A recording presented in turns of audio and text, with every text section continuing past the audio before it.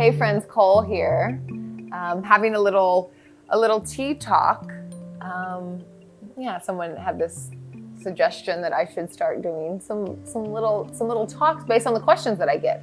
So I get you all write in with lots of different questions, and if I get it once, then normally I get that same question several times in different forms. So I thought that this could be a cool way to answer some collective questions and answer some questions maybe you didn't know you had. So today I wanted to talk a little bit about relapse, and this could be such a giant topic, but I wanted to give kind of a shorter little version as well. So about, relapse is a big one. It's a beast. It can be, and it can also be a really beautiful lesson. So I think, like with many things, we need to look at the semantics around it and how we use the word. I'm kind of a word nerd, if you didn't know that. But our association with the word and its meaning behind it. So what does relapse mean to you right now? Does it mean failure? Because then that word would have quite a different resonance, energetic resonance, than if it meant lesson. So that's something to think about.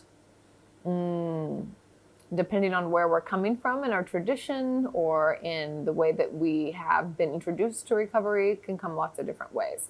So one thing that I'll say is that relapse is not necessary.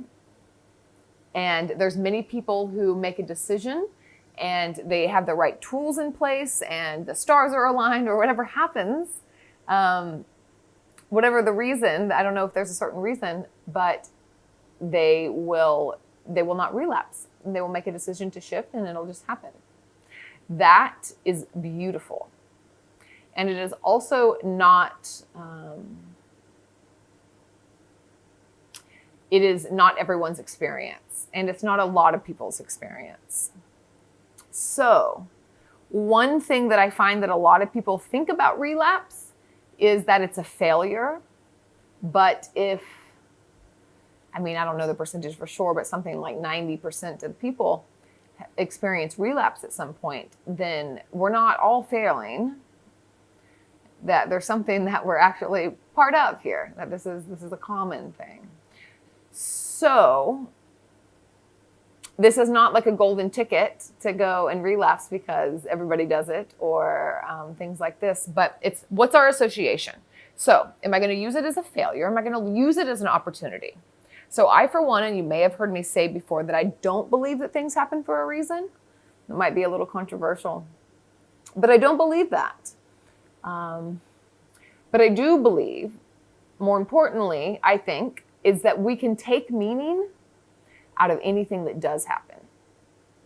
So I don't think that I relapse because I'm a bad person or because whatever that I was meant to or anything like that. But because I did, if I can learn more about myself in it, I learn more about my triggers, I learn more about what I can, what I can't do, what is helpful, what is not helpful, then I can make a beautiful lesson out of it that fortifies and reinforces me moving forward.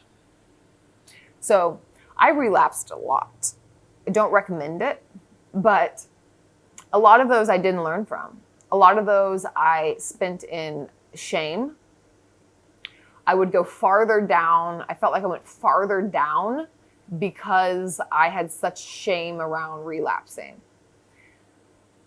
It really helped me when someone began to speak to me in a way that I was able to receive it. Not that they spoke any better, just like I happened to be open that day around what are you learning from this? Like, this could be a beautiful opportunity. This what just happened that was so painful. It can be, you can shift this into knowing more, like a detective. Now you have more clues, more information about how to navigate going forward.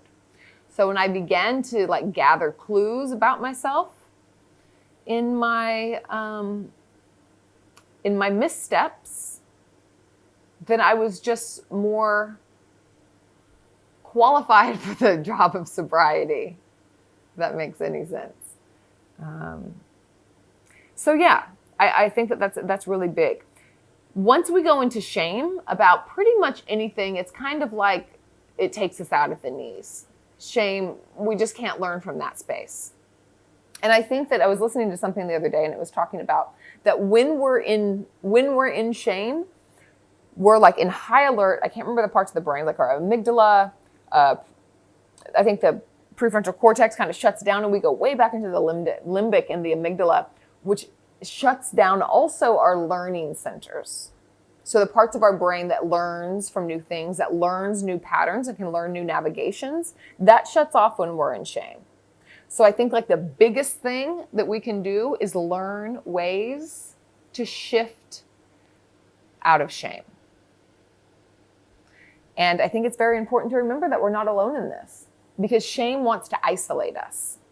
So it's important to know that you're not alone in relapse.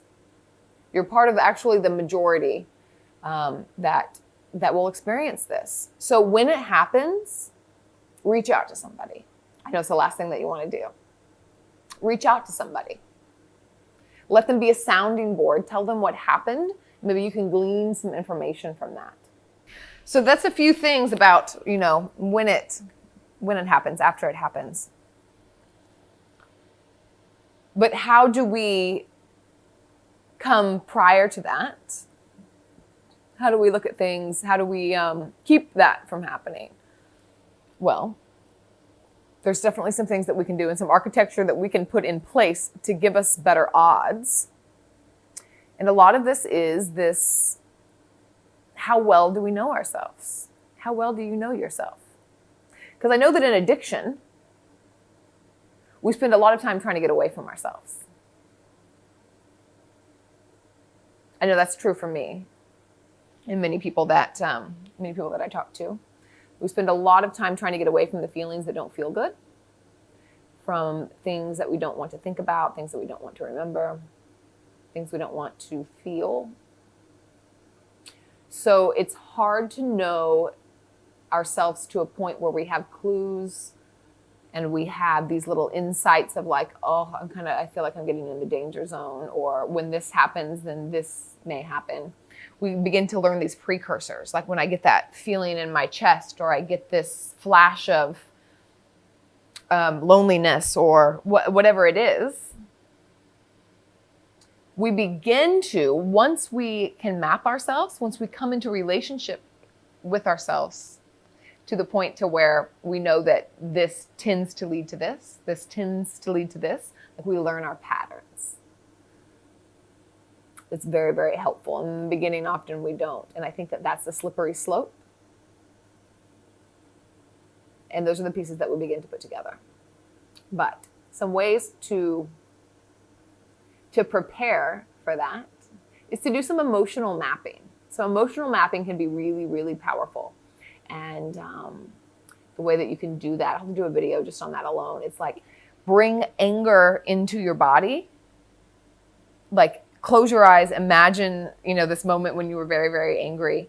And then what colors do you see? Is there a color associated with that? Where do you feel it in the body?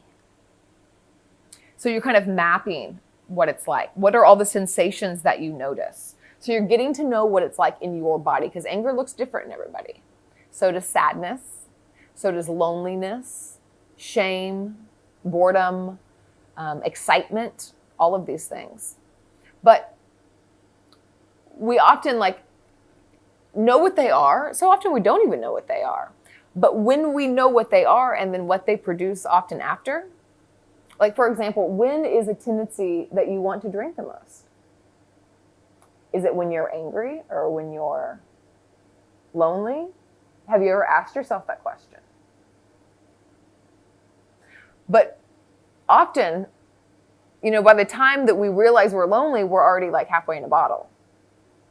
So if we can begin to feel those sensations prior, what happens before I get lonely, or what's that body sensation? Because our bodies know before we know here. Our bodies know first. It's so intelligent. Our brain, we think with our brain first, but we actually don't. Our body has the signals first. So the more that we can get in touch with that, it's breaking up the pattern before the end of the pattern is using or drinking. It's stopping that pattern before we get there. So we have to know where to get off the bus. So if the bus leads to drinking, it's like, how close can we, or the train or whatever, where can we get off the train before we end up there? So the more nuanced, we get off way at the beginning, or we might like jump off right at the very end.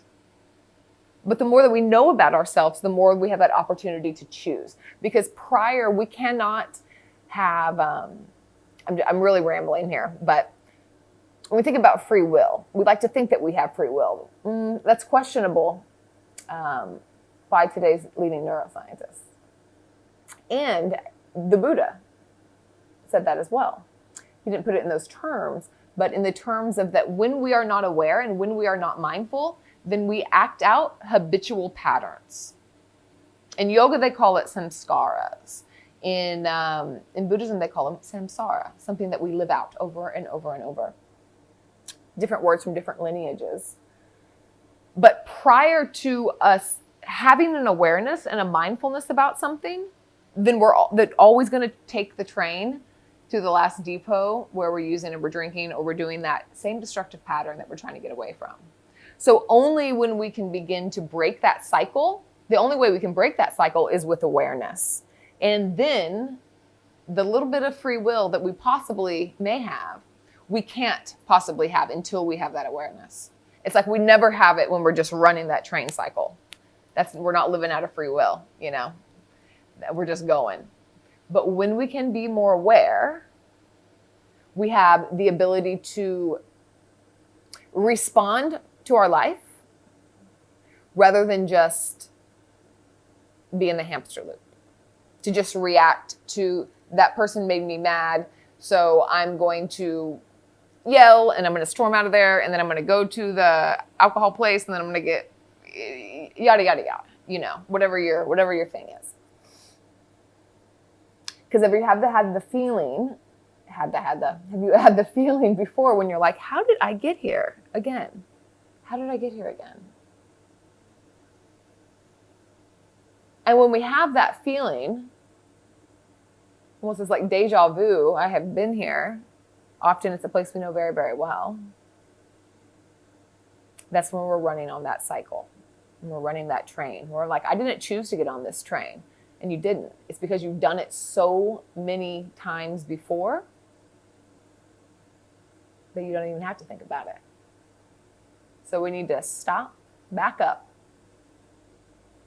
train in awareness. And that's really what meditation and mindfulness is about. It's about training ourselves to be present, to be aware. A lot of this sounds cliche, but this is how we break the cycle. This is how we break the loops. And it's some precursor to the relapse. I know this is kind of a bit all over the place, but I hope that you found something that was helpful here. Feel free to ask me in the comments any questions that you have around yoga, that you have around recovery, addiction. We might start doing a few more little talks like this. So, let me know if that was helpful for you. And this addiction thing is a beast. It's insidious. And it's absolutely possible to overcome. So remember that, and you're worth it.